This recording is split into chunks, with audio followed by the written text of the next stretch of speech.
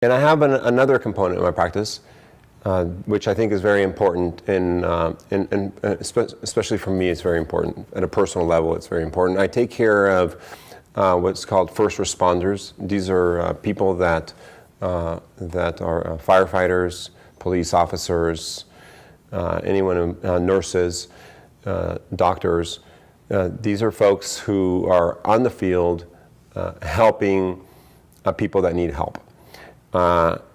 Especially police officers. They have a unique job that has a unique requirement, and they suffer from unique injuries, which are actually very similar to the sports injuries that I treat. I'm actually more interested in something that's even more challenging, helping them have a functional, non-painful joint without having a big surgery.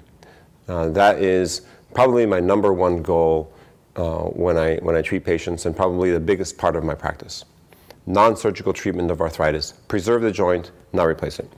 The sports medicine component, like I mentioned, is taking care of injuries that people suffer in the octagon, like MMA fighters, or people who suffer injuries in the field, such as police officers. It's a unique group of people who have unique needs, which I'm familiar with and I enjoy taking care of.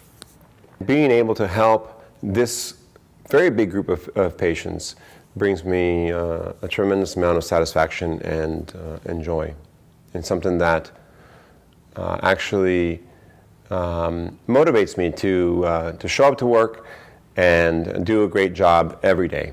That's what I love doing.